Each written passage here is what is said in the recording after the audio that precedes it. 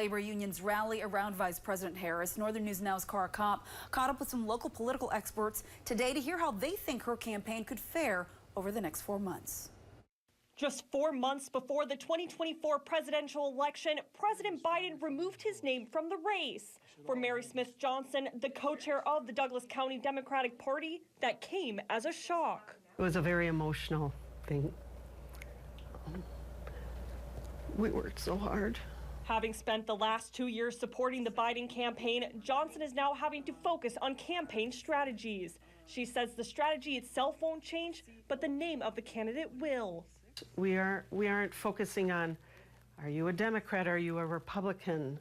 We're focusing on what concerns you most and which party supports you as an individual.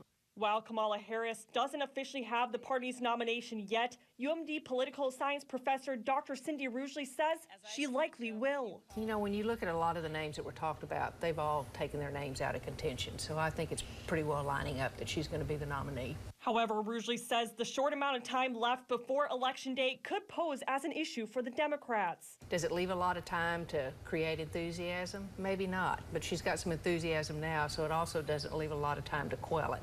Those like Johnson feeling good about the Northwest Wisconsin Democratic reaction to younger blood becoming the party's stand bearer.